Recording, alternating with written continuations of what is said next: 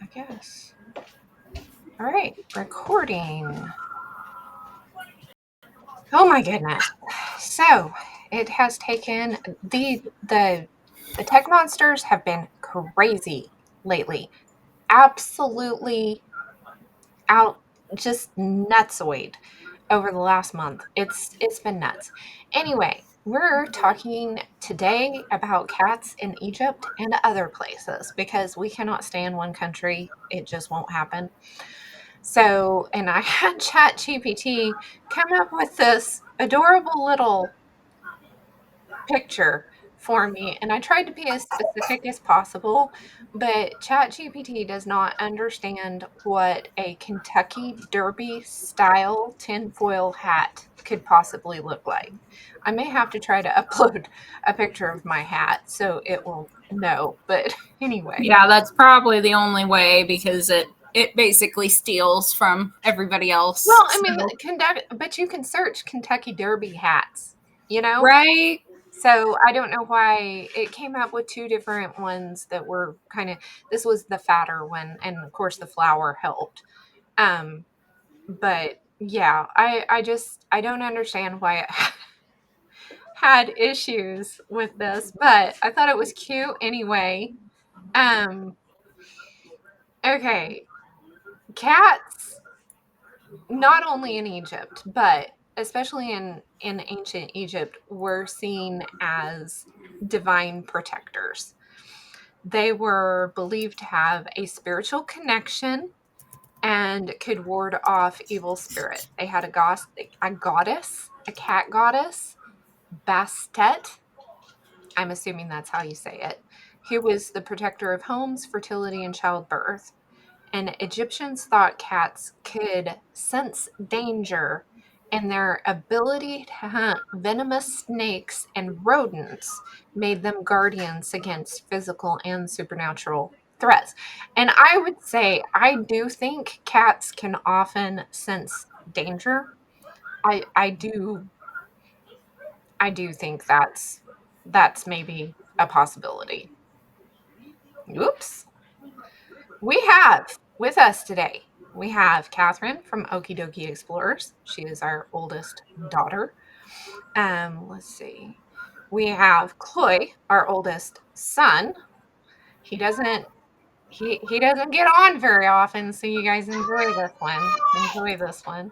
He likes talking about this kind of stuff too, but he usually stays in the background. And then we do have our artist child with us, the youngest, and hopefully she will figure out how to get her camera uh, pointed to her drawings because, yeah, she says she's having technical difficulties. So I was hoping her audio would be able to work, but yeah, she's having loading issues. She's upstairs. So anyway, hopefully whenever she gets her stuff, I think you guys will enjoy her drawing in the process. Now, where are we going to start?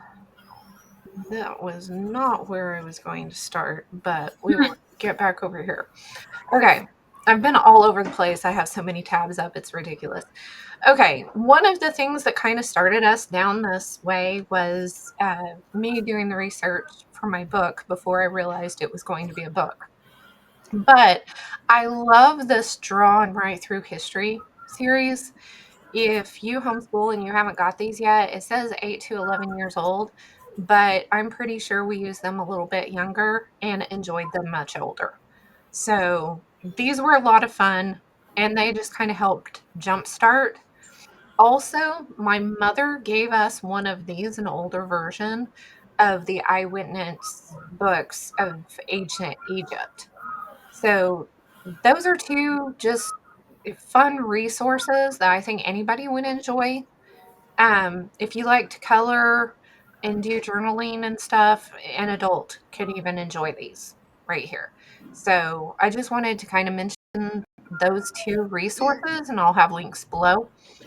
Um, that's kind of what got us started with. And you would not believe the giggle fest that we had when we realized that the ancient Egyptians mummified their cats. And yes, they did. They absolutely did. I remember, and of course that was like before the internet, before YouTube and stuff. The first time we came across that in a book, in a history book, and just mind blown. I mean, it was amazing just all of the things the Egyptians would mummify anyway, but then that they had such a thing about cats in particular was mind blowing at the time. Yeah. This particular tomb, they found 100 cat statues. Um, it's an older, of course, their dating scenario. It was BC sometime, probably after the flood. Okay, so we'll just go with that for the moment. But No, it's slipping. It's slipping. It'll work. No, it's slipping. It was falling. they're arguing upstairs. I still have Dozens of mummified cats. So I mean, that just Yeah. that I kind of looked up like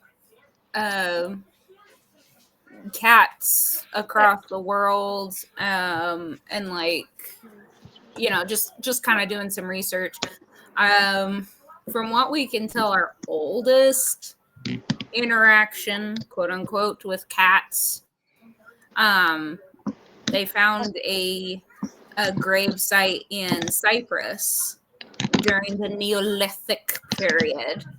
So whatever that means, okay. but very early on, and there was a 8-month-old cat right next to this human grave, and like that was not a thing in those graves or anything like that. So that was new. Obviously, somebody's pet, more than likely, got buried with them. So I thought that was pretty interesting. But for the most part, in my research, like the only culture that was really cat centric was ancient Egypt, and they were nuts about them. All through history, people have seen cats as important, basically. Most other cultures just kind of let cats exist, kind of do their thing. Greece and Rome really liked them because they were good for mice and stuff. This one actually has them. mouse here. Yeah, we have there's mosaics of them even being used hunting partridges and stuff like that. So I could kind of see that. Yeah, so before bird dogs, there were bird cats. Bird cats. Bird cats. And this one's got a scarf on. Yeah. And they put a little mouse there for it. So clearly cat people throughout history have been nuts. Crazy cat ladies. They've lasted forever. But then definitely as far as getting into the divine nature of them or spiritual nature of them, like Egypt took that and went far left field with it, and everybody else, from what my research suggests, were just kind of like, okay, there's a few unique cats that maybe there's something special about them, but y'all just nuts. So Egypt is definitely where we can find that they were worshipped. There's cat-headed deities. Artemis in Greece was believed to sometimes appear as a cat, but that's not like her prevailing. Whenever you think of Artemis, you think of deer antlers and stuff, not a cat lady. This one even shows a cat with kittens. Yeah, I love that one. So most other cultures just saw them as cats, it seems, and occasionally, maybe a spirit or something like that, just depending on the cat and the circumstances and whatnot. Egypt was really the only one that just went cat-headed, god and goddess nuts. Cat bonkers. Yeah, cat bonkers, which I'm bringing that up. That's unique because so many other gods and goddesses you can, or demons or angels or anything, or mythological creatures, griffins, hippogriffs, dragons, you can find all of that stuff all around the world. And there's so many different gods and goddesses that are consistent all around the world. But then, like, whenever you look up cat-headed deities, not really. That's like purely an ancient Egypt thing for some reason. So that was like their it thing. Yeah, because like the monkey king thing, Yeah. you've got that in the Hindus, and you've got that in China, and you've got something similar definitely in South America. But I can't. But there were things, because like Africa, of course, had a big thing about cats, and South America definitely has a big thing about cats. I just don't know that they were a deity. Right. And like trying to actually find drawings like you have there of Skemet, however you say that, or idols or anything like that where they had a human body and a cat head. You don't really see that. I'm even trying to think, without looking it up, I'm trying to think of anything even in Babylon that's Babylonian or Assyrian that had that. Most of the time they had like... Oh, here's the one at Cyprus. Okay. About. Yeah. That was found in 1983. Okay. So there's some... Nope, those are Egyptian. Those pictures. Well, but it's talking about... Right, it's talking about the cat skeleton. So Yeah. anyway, yeah, in my research, I found that very interesting, that cat-headed deities were really only a thing in Egypt. Now, Okay, now here's one of Persia. Let's see. No, it's talking about Egypt. Whenever the Persians defeated Egypt. Okay. Yep. The Wall of Animals. So, I mean, if somebody else knows of something that I Here's couldn't cats find... in India. Here's cats in India. I think this is the one Chloe was talking about. The Marabouta, maybe? Yeah. Which, again, if I recall correctly, that is just a cat. It's a cat and mouse story. Oh, okay. Not actually a cat-headed deity. So, and I'm thinking, like, we've seen sphinxes. Babylon had creatures that had depictions of creatures with human heads and animal bodies, and some of those animal bodies were cat-like. You had griffins that had a cat-like body, stuff like that. But then, like, it's unique to Egypt, as far as I can find, that they had cat-headed deities. Well, they had a theme for just deities with animal heads. Right, yeah. Right. Which you see some of that in, like, Mayan, Incan and Mayan stuff. They had a lot of the animal-headed deities. I think Norse had a few others too. Norse kind of do. It is pretty unique to Egypt having the animal-headed deities. But there are instances of that in Incan and Mayan stuff. But as far as like cat-headed deities, that is mostly Egyptian. Now, what I did find was worldwide. Was the understanding that cats brought prosperity and good fortune. Like, that was a worldwide understanding that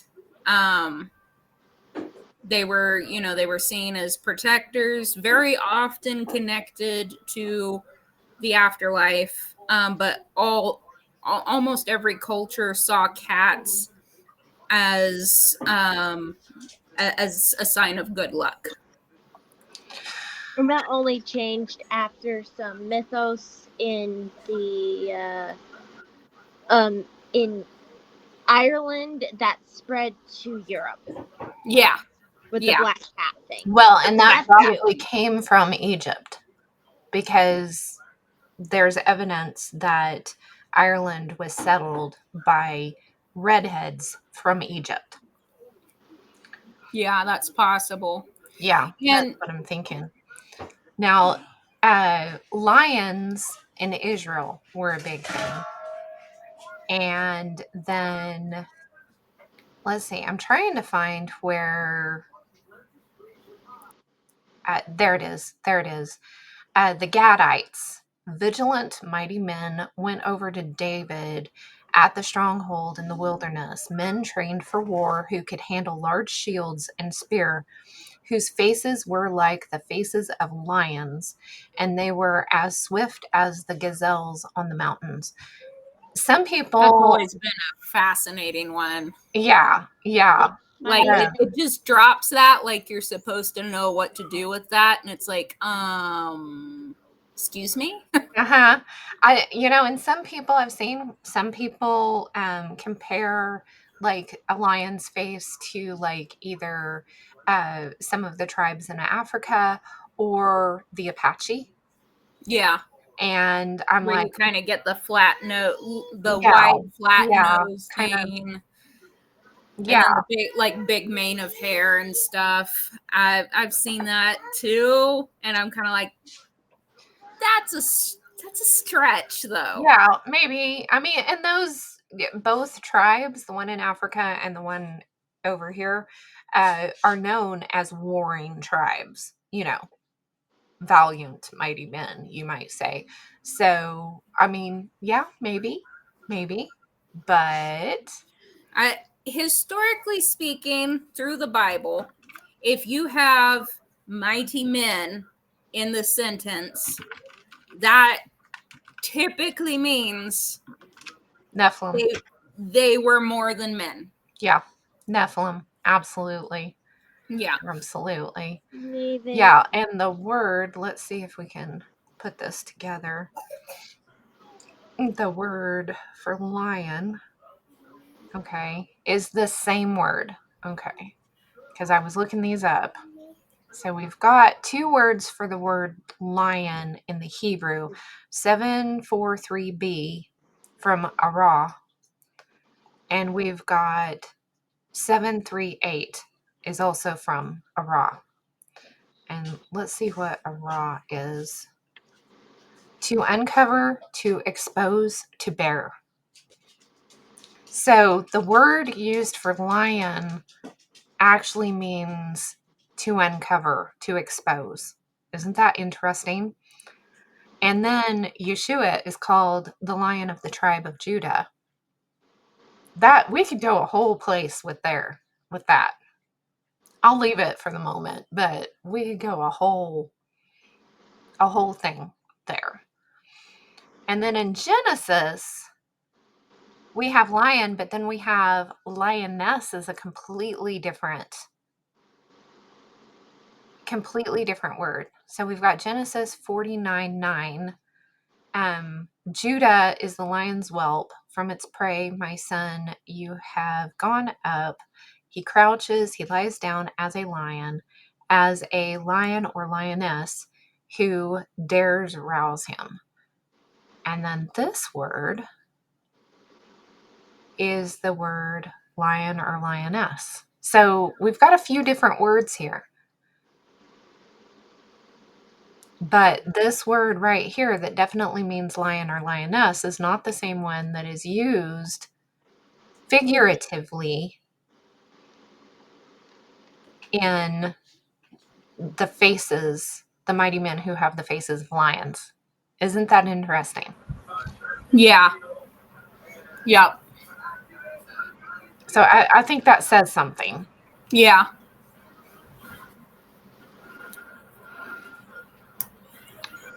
And then, of course, we've got the leopard and the panther. The leopard in the Bible, we have in the New Testament and the Old Testament. And we've got a couple of different words, the Greek word and the Hebrew word for that. So the Bible talks about that as well. Of course, the Greek word for lion is where we get our word lion from Leo in the stars. So that is something that was given a long time ago and where we get ours. Here's Artemis. So it pops up with a bunch of stuff as far as the visuals. There's actually I guess Sailor Moon talks about Artemis and her cats. Yes. Or, well, it has a cat called Artemis, I believe. Well, and whenever they're doing those cartoons, there is so much symbology. I just have to say, anime, we've been watching anime because I've got all adult children, okay? So as long as it's not too terribly skimpy on the clothes and stuff, I can handle it. But don't do a lot of anime if you've got little ones. But as you're older, oh my goodness, they do their research into historical stuff and not just of one country. And they tend to tie things together in a way that other people don't, because you can put it into myth and fiction, right? Got prayer requests coming in. So let's see. But yeah, I was going to see Artemis is the goddess of the hunt. Let's see. Oh, come on.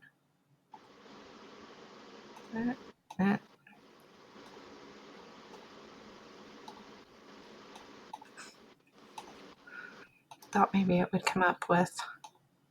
You never know what you're going to find whenever you do these.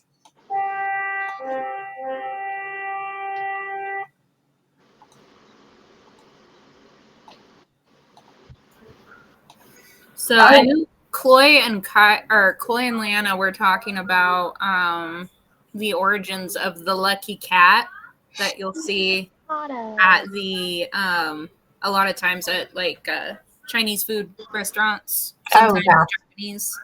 And I was thinking they could, wondering if they wanted to enlighten everybody on that, the origins. It's honestly kind of a sweet story. I know the story. Do you not? No, I don't. I don't know about the lucky cat as much. The lucky cat, it is very obviously like it was just kind of like either a fluke of a situation or something, but it's basically this samurai was going to a temple and it was raining, he was tired, he wanted to rest, and he was trying to rest under this tree because he didn't want to infringe on this temple. But this little white cat ended up waving at him, beckoning him in, and he ended up going, okay, I guess I'll follow this cat. Well, not only basically right after he entered the temple, lightning struck the tree. The cat saved his life. And that just kind of ended up spurring into its own little thing of different thingamahooters. Yeah. There's a lot of other things that I do not remember. But yeah, it's a sweet little story. Cool. And I think he ended up like adopting that cat and then like being buried with it. So I know. Yeah, that's the thing with the lucky cat and the maneki neko. I I think think is the official word for that. I don't know. I'm not Japanese, so Well, and the one from Japan would be different than the one. I And think it's the same thing, but it's called two different things. Because the Japanese one is called one thing. right. Well, And I think I want to say I don't really know. I want to say the lucky cat is really very much Japanese, and then other Asian cultures, and especially if they set up a restaurant, have just latched onto it. it's cute. Yeah, I'm sitting here like there we go. Yeah. cute. Maneki Nico. I am not spelling right that. I'm definitely not saying it right. Okay. The beckoning cat is what that means. It's a common Japanese figurine. Yes. But we see And it. different colors and like different, like if it's waving with its left hand, it means something different, and if it's waving with its right paw, it means something different, and also different colors will like symbolize. One is for like good fortune, one is for like to help with like bring people together, and another one's for different things. Yeah. Yeah, I know in Japan they also kept cats around the silk farms because mice will eat silkworms. They're the silkworm's natural predator. So they would keep a lot of cats around the silk farms to keep the mouse population under control so that they could raise their silk. Yeah, it says right here in Wikipedia, because of its popularity in Chinese communities, this cat is frequently mistaken for being Chinese in origin rather than Japanese. Yeah. So, okay. interesting. That's what I thought. I also know in Japan they had a legend that once a cat lived up to a certain age, they could grow another tail and stand up and speak human. Okay. So, Yeah, I think that's the Nekomata. the Nekomata. Yes. Although I know that one more from the various pop culture. Right. We do not talk about the raccoon. The Tanuki is terrible. Do not. No. We do not talk about the raccoon. So, question is Puss in Boots a Nekomata? He might be. I hadn't ever thought about Puss in Boots being. I was looking at Hello Kitty here. Can you guys still see my screen? Uh-huh. Okay. I was looking at Hello Kitty here. I guess she had an animated series and everything. Yeah. I think it's still ongoing. Yeah. Is it? Yeah. It's still like very popular in China. Or not China, Japan. My bad. Okay, she got the name of the kitty from Lewis Carroll's Through the Looking Glass. During an early scene, Alice plays with a cat she calls Kitty. That was a fun fact that Chloe, I think you were the one that shared with me, that in Egypt, they didn't name their cats, right? Yeah, that's something I saw. I think I can't remember who it was exactly, but they were doing a video on how historically accurate the mummy was. And she had an Egyptologist with her. Yeah, that was what's her name? I can't remember. Bernadette, that one fashion lady. Yeah, historical costumer maybe. Yeah. Anyway, she did a video with a Egyptologist, and the Egyptologist was like, yeah, in Egypt, dogs would have human names. They would essentially be considered part of the family, whereas cats, you would just call them cat. They wouldn't have a human name. I think that's interesting.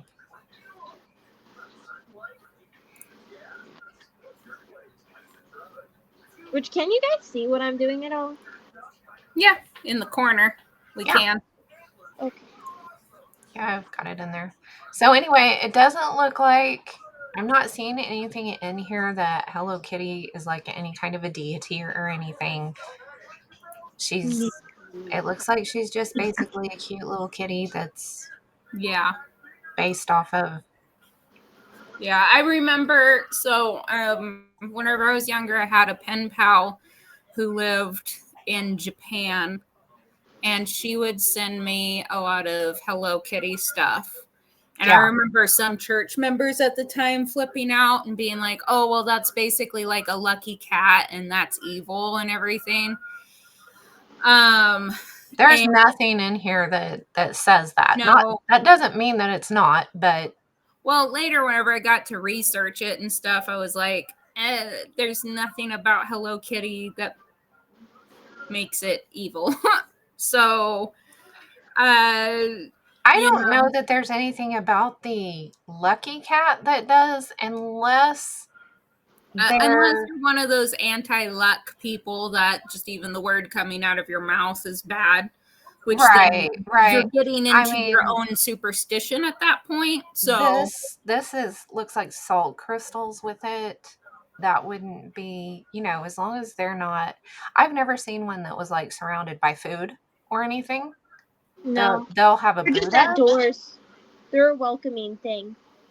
Yeah. There's a welcoming something thing. that's close, but it's not like I've never seen one that looked like it had a shrine. Yeah, a shrine for it.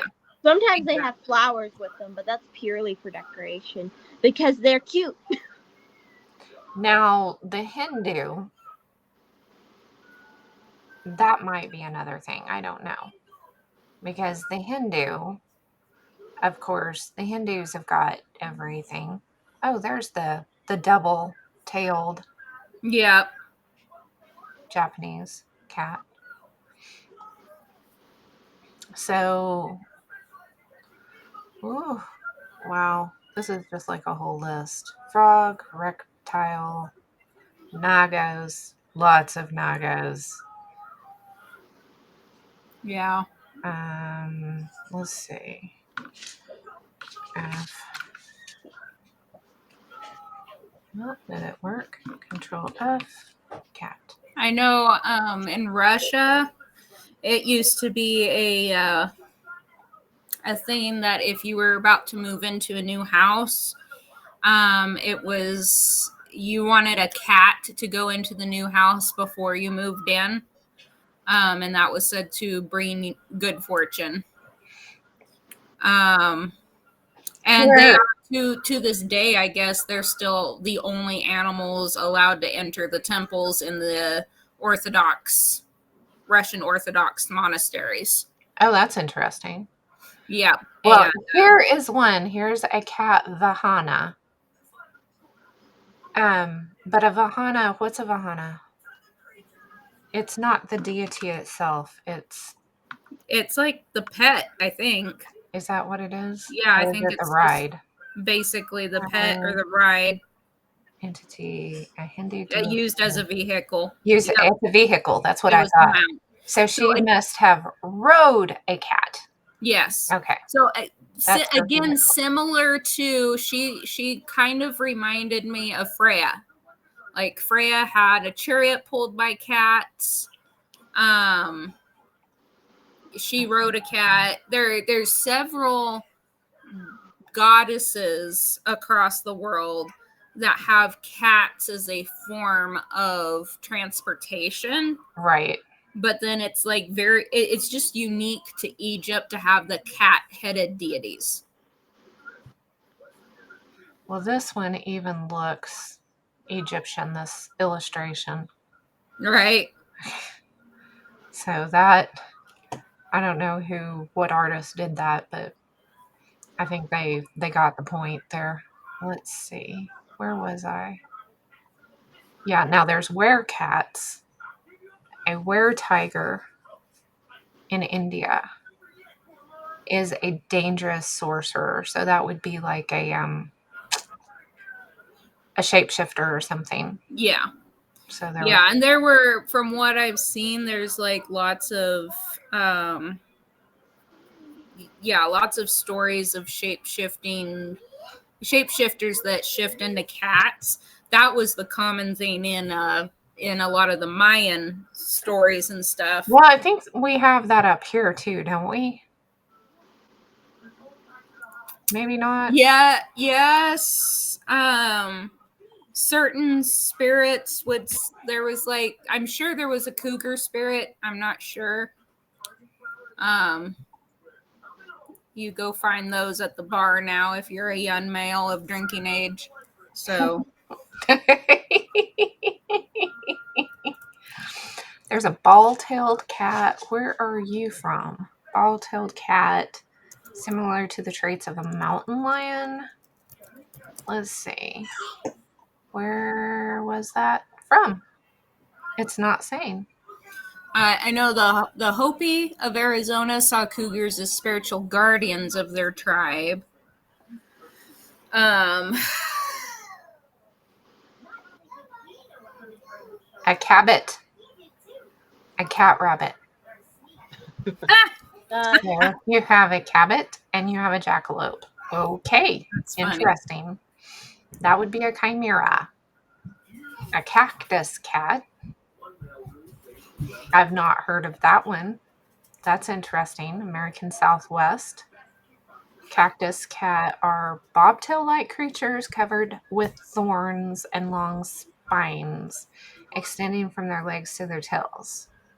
They're said to slash cacti, removing the juice from the desert plant. They also howl throughout the night. Fearsome predator. That's weird. Okay. Yeah. Oh, the car. Okay. Carbuncle. Yeah, that's South America. Carbuncle. Carbuncle. Carbuncle. These are Oklahomans trying to say this stuff. Okay, so that's South America, a legendary cat from mining folklore in Chile. Guardian of the metals. That's interesting. A cat Sith. That sounds from Scotland. It's a fairy. Black fairy cat. It has a white spot on its chest. Yes. And is large as a dog. Can steal a person's soul before the gods claim it. That's scary. Yeah, that's one of their more scary myths. Why they don't like black cats. So again, part of the wake thing. A lot of the wakes came from a lot of different. They're across a lot of cultures that believe that the soul can be stolen from the body. So you have to watch it. So you have to watch it and have to watch it because we're so good at watching the soul. A chariot-pulling. Okay. That's interesting. From Wales, this is a monster. It's a feline monster of Welsh origin. This cat is said to haunt the Isle of Anglesey and to have killed 180 warriors when Sir Kay tried to hunt it down on the island. Outside of Wales, this is known as both a fish cat, the fish cat that killed King Arthur, and the cat that transposed into Arthur himself. So another shapeshifter. Yeah. Interesting. They give it a pig look there. Kind of. Very weird. Chakla. Thailand. Another black cat. back to front with blood red eyes. Nocturnal, fears humans, will run down a hole when they see one. If someone touches it, legend states they will soon die. So don't pet that kitty. If not friend, why friendship? Demon cat, also Demon known as cat. a Siamese cat. I like my Siamese cats. This is a United States ghost in or DC, demon cat or DC, said to haunt government buildings in Washington DC.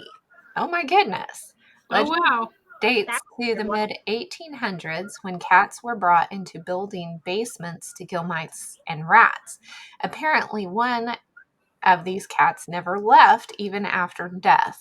Makes its home in the basement crypt of the Capitol building, which was built to be a burial chamber for George Washington. Considering George Washington was what he was, I wouldn't have put it past him to worship an Egyptian cat. So I'll just leave that one. Hombre gato. El hombre. Argentino catman. Originates from a popular folk tale in Argentina. Like a werewolf, he only comes out at night and preys on animals and people. Kasha. Japan. This is one of the demons, Chloe. Ooh. The Kasha of Japan. Gosh. So, cat demon that steals corpses. So again, with the Grave robber. afterlife. Yeah, grave robber. Carrying their carcass to... Yeah. Okay.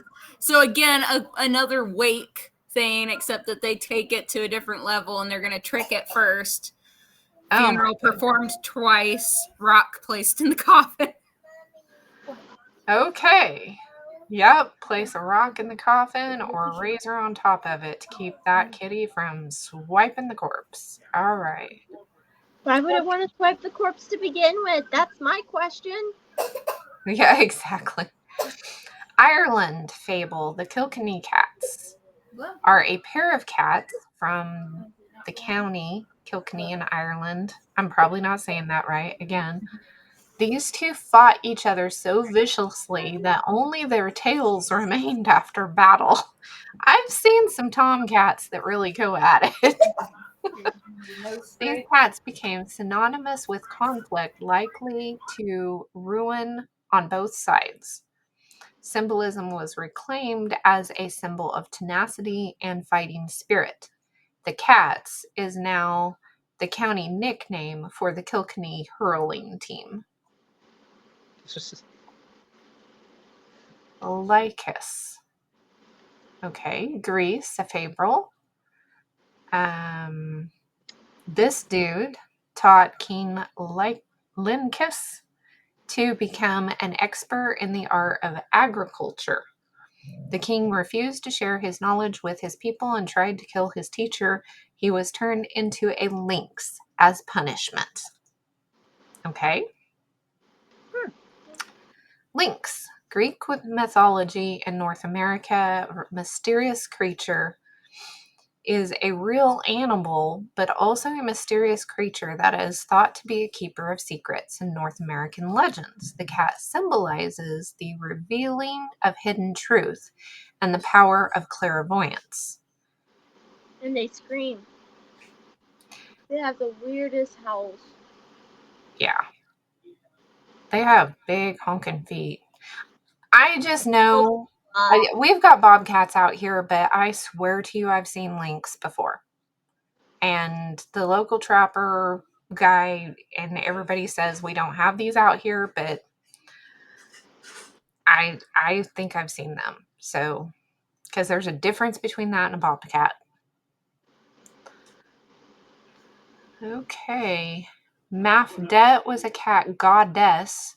Why is it showing well, it must be showing something else. An ancient deity from Egypt's first dynasty. She featured most prominently during the reign of Pharaoh Den. She was a symbol of legal justice and capital punishment. Other associations include protecting the king's chamber and sacred places and protecting against venomous animals, which were seen as transgressors against the gods. Watching a cat take after a snake is one of the most interesting things to watch. They actually will. Matacost. Oh, fantastic beasts. Their beasts are so interesting. I guess that's based off of a spirit in France. A black cat, again, brings wealth to the home where they are well fed. Traditionally must be lured with fresh chicken. Then the new owner must carry the cat home without ever looking back. If it is given the first mouthful of food and drink at every meal, the owner will be repaid with a solid gold coin each day. That sounds like offerings to me. Right. So, yeah, let's not do that. Buffy, you need to up your game. Pretty fat. Catherine's fat white cat is named Buffy the Vampire Slayer. So Yes. she's And you read so much about cats in the spiritual sense and the divinity sense, and just how much people love their cats, and or how amazing they are as spirits, and they're these divine, graceful creatures. And then you watch my fat blob jump up into the windowsill for her food, and you're like, wow, I'm glad that's Lord of the Underworld right there. That makes me feel secure. Indeed. My mic is wanting to give me problems again. Oh my goodness. Then we have Katara. Oh, the screaming demon. So in Native America, of course, the primary cat we had was the cougar. Okay. And the Cherokee called it Lord of the Forest. And the cougar and the owl were the only two animals to reach the highest level of purity and sacredness. Not even coyote. I guess even above coyote. Even though coyote spirit was different from coyotes.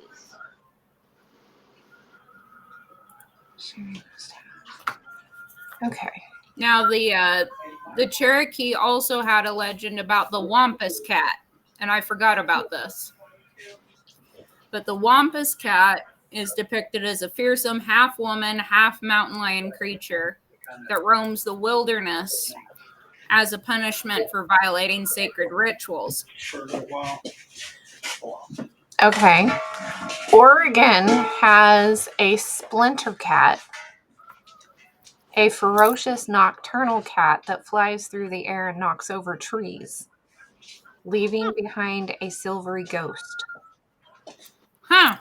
The active I know a lot of the Western tribes saw cougars, cats as bad omens. And then a lot of the Eastern tribes saw them as something to be respected and revered. Now, here is an Aztec god, cat god. Okay. I am going to try so hard not to. Hold on. How come that did that? I was trying to keep it on the thing. All right. Let's screen share again.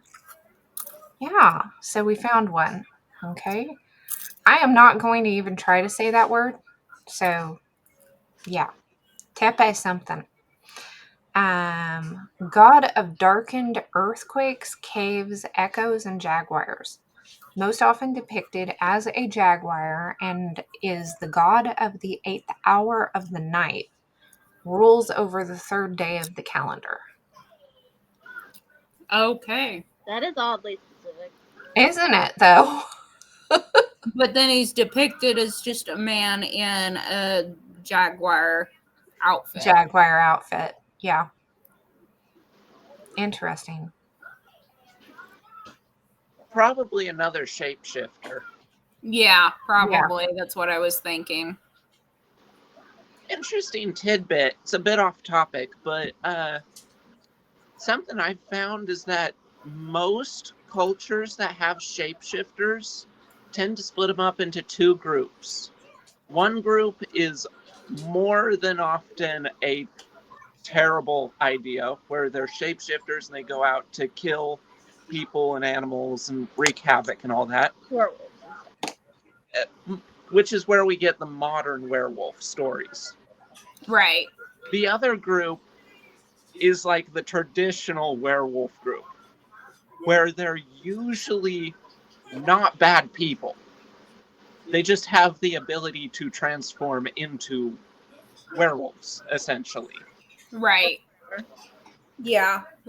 Which you go through a lot of cultures, and even in Europe, a lot of the shapeshifters were either like evil sorcerers, had practiced black magic, or they were just that way. That was like who they were. They weren't human. They were something else, and they could shapeshift. So a lot of the older stories of Merlin have him being a shapeshifter. So not human, Yeah. but can appear human, and can appear as many different things too. Yeah. So I like how the Native Americans handle it, though. If it changes shapes, it is just best to keep your mouth shut and turn around and walk the other way. Yeah. Brother deer. Yes, Yeah. brother deer. If it stands up, I'm gonna poop myself. Just close your mouth and walk the other way. You did If not you see hear- nothing. If you hear something, no, you didn't. No, you didn't. Exactly. So Canada has one, the Great Lynx. It is an underwater panther of the underworld, I guess. Huh. Interesting.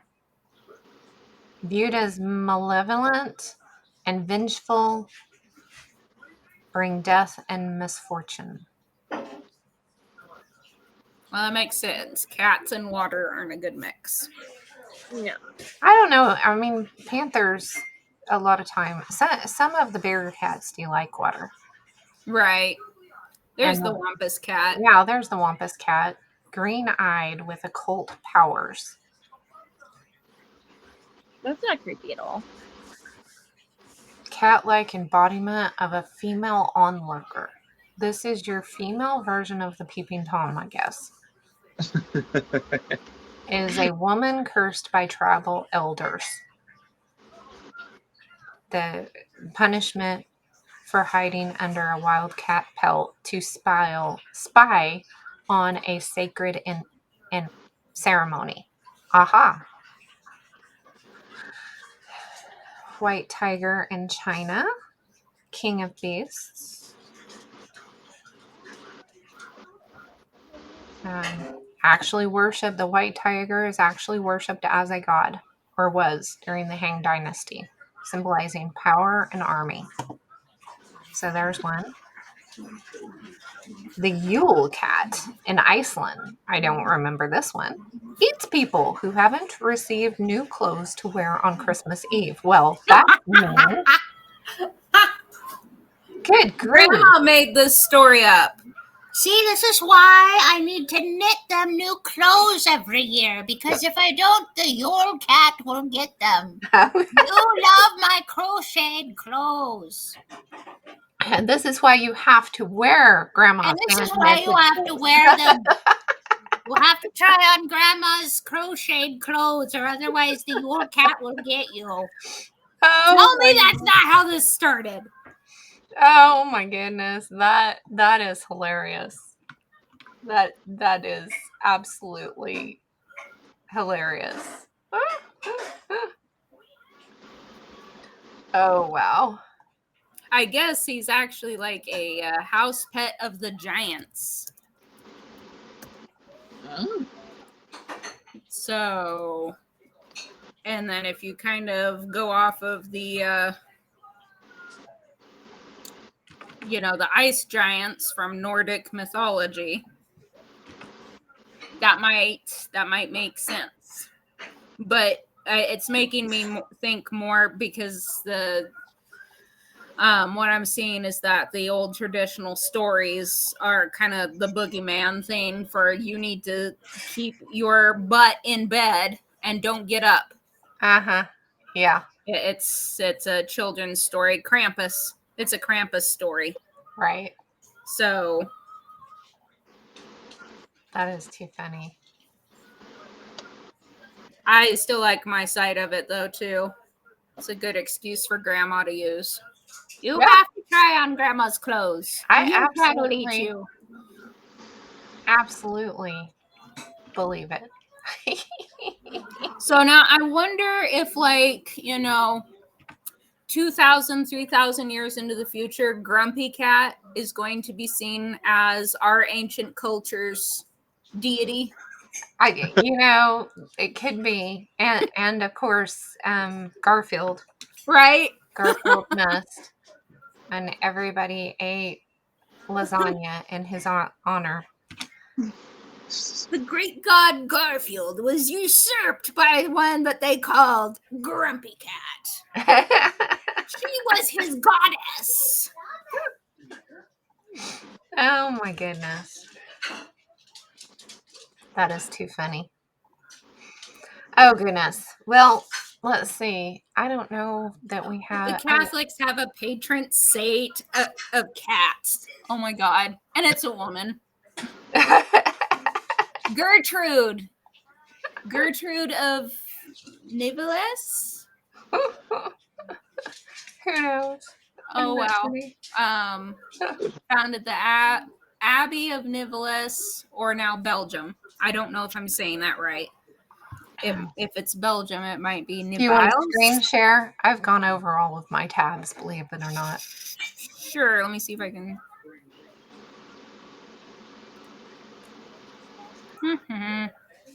Here we go. Oh, okay. So, I don't know anything about her. I think I've heard of her, but I can't say that I know anything about her either.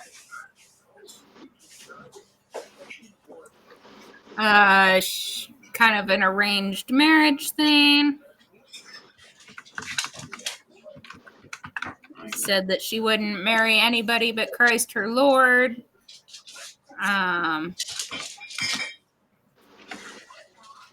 So she's the cat lady of the Catholic Church. She's the cat lady of the Catholic Church, and I'm not sure let's why. See. Found US Catholic.org.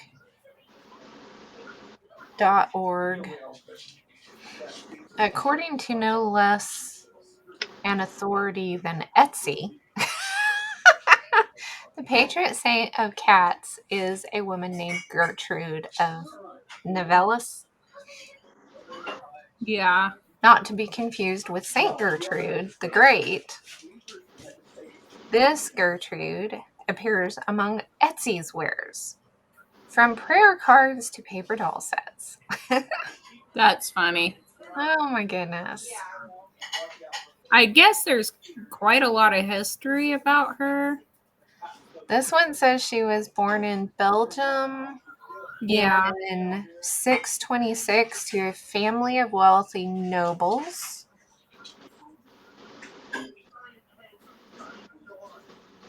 Her veneration as protector against rats and mice dates from the early 15th century during the Black Plague. Okay. I'll go with it. Some folklorists' research conflated her with the Germanic goddess Freya, again, who may have been depicted riding a cat. So, yeah. That's interesting. Yeah.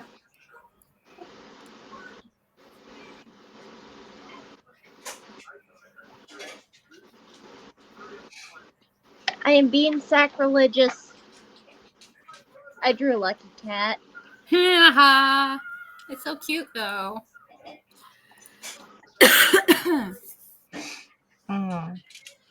Yeah, that turned out good. Okay, any clothing thoughts? This was kind of fun. This was a member suggested topic, and I had a freight train hit me last Friday and have been down for the week. So I needed suggestions on topics. And so this was a member suggested topic. Thank you very much. And we've had a lot of fun with it. Yeah, we had a lot of fun with it. I don't know that we answered any questions per se. I mean, just in recap, I thought it was really interesting that as far as their divinity goes, that's pretty much an Egyptian thing. For the most part, yeah. For the most part. But their worldwide phenomenon about them is that they are seen as good fortune.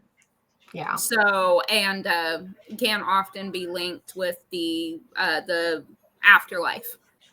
Right. So, and some of the consistent thing. One of the beasts of Daniel in Revelation, I didn't get into that, is based on a leopard. And so that's kind of an interesting, it symbolizes a particular country. Right. So yeah. Well, and the lion gets used a lot in the Bible for different spiritual analogies as well. It gets used to describe the devil. It gets used to describe Jesus. So yeah, the devil being prowling around like a lion. Yeah. And then Jesus is the Lion of Judah.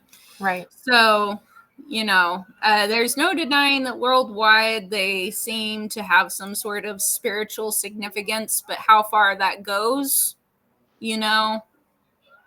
that kind of depends on the culture and the cat. Like, as far as it goes with my cat, there is no spiritual significance.